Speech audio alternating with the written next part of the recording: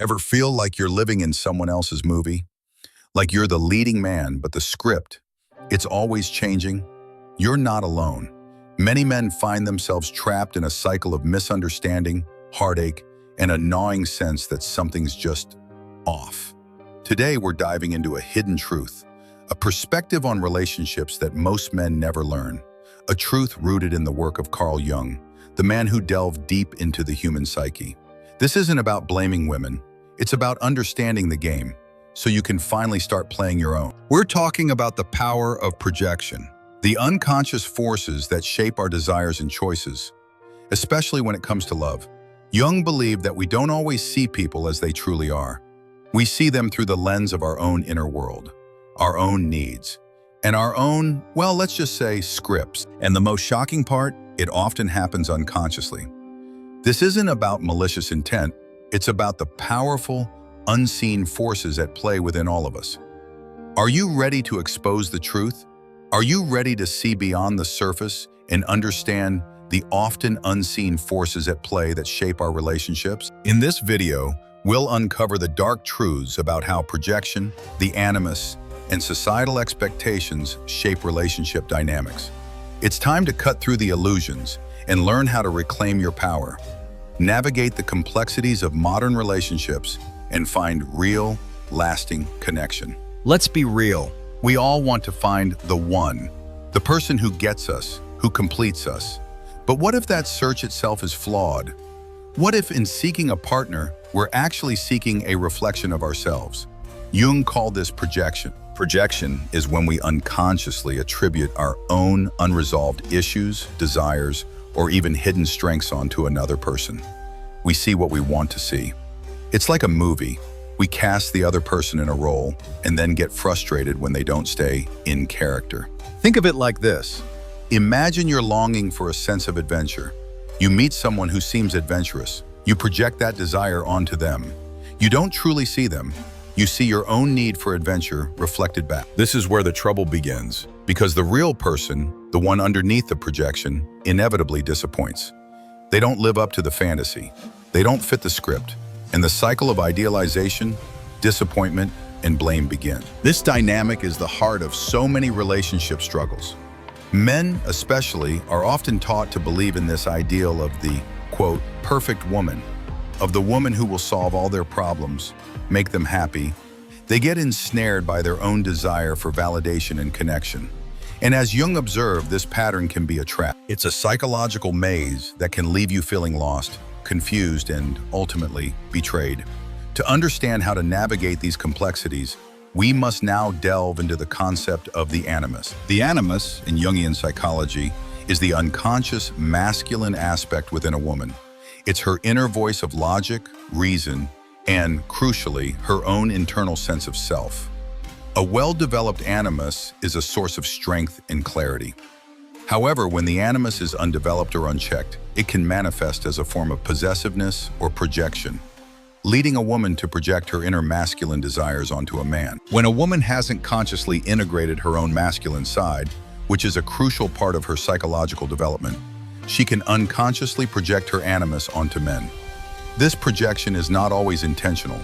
It's simply a way of finding wholeness and meaning. Unresolved animus issues can lead to a woman being drawn to men who embody certain qualities: ambition, intelligence, strength, power, or even danger. It's as though her inner masculine is looking for a reflection of itself. When she finds it, she becomes entranced. Paradoxically, this can be the very thing that leads to relationship problems. The safe, predictable man may be dismissed. The exciting, risky man may be idolized. The cycle of attraction isn't always about the other person. It's often about the unresolved needs and desires of the woman. This pattern isn't unique to women. We all have an inner world that influences our choices. But because of societal factors, the animus can be a particularly potent force, creating a cycle of idealization, disappointment, and shifting blame. The woman's internal narrative shapes her perception, and the man she chose is not perceived for his true identity. He's the embodiment of her hopes.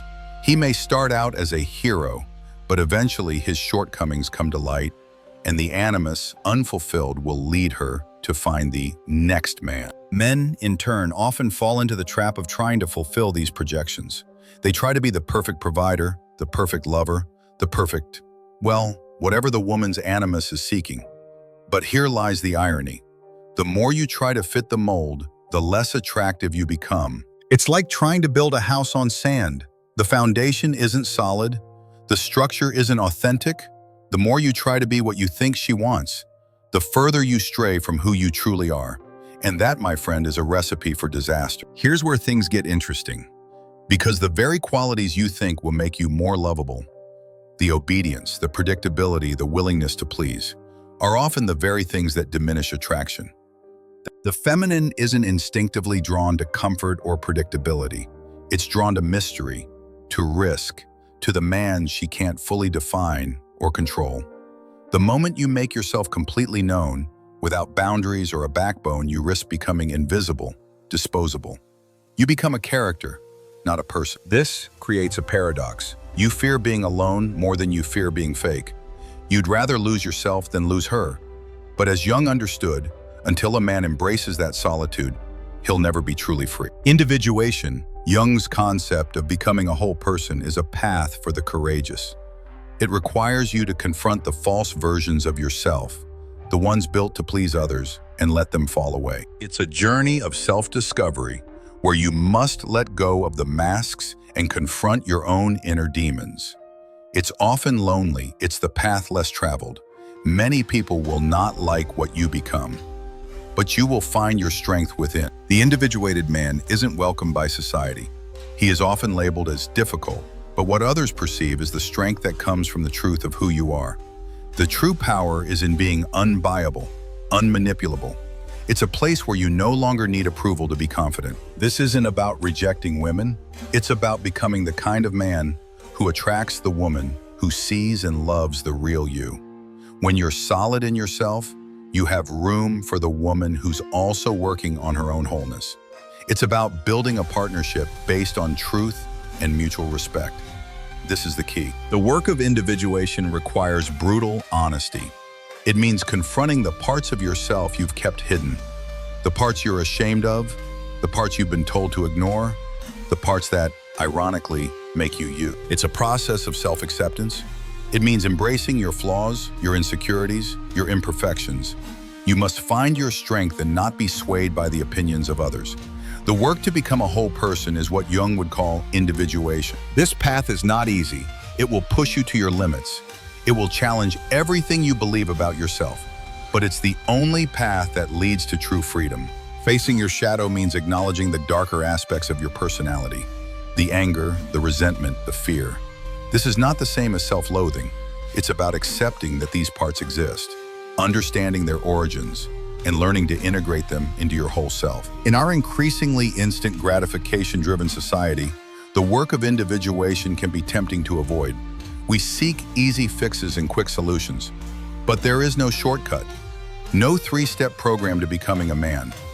It's a lifelong process, a constant evolution.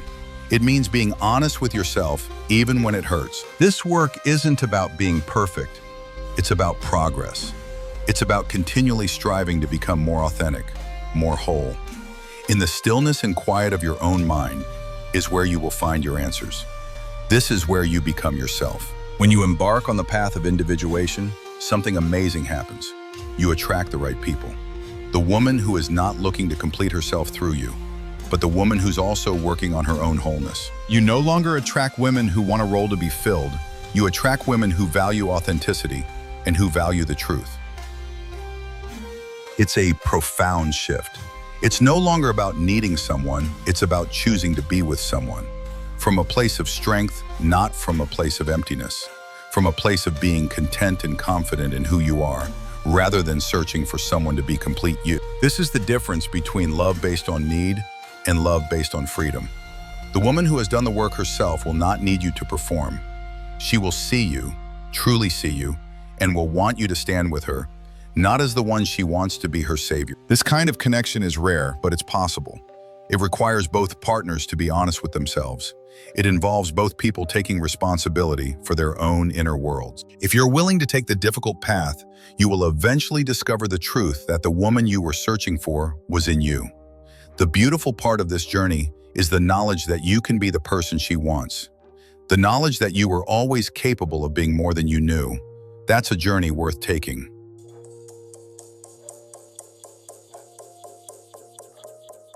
So, what's the takeaway? Carl Jung's insights are not a guide on how to manipulate or control women. They're a call to action, a call to self-responsibility. The key takeaways are as follows. Face the illusion. Don't seek external validation. Confront your shadow. Embrace solitude and individuate. Choose to walk your own path. You can stop seeking to be chosen and to be validated. You can write your own script. You can become the author of your own life. The path of individuation is not easy, but it's the only path worth taking. If you found value in this video, then like and share this video. Let's help each other. Thanks for watching. Stay strong, stay true. Until next time.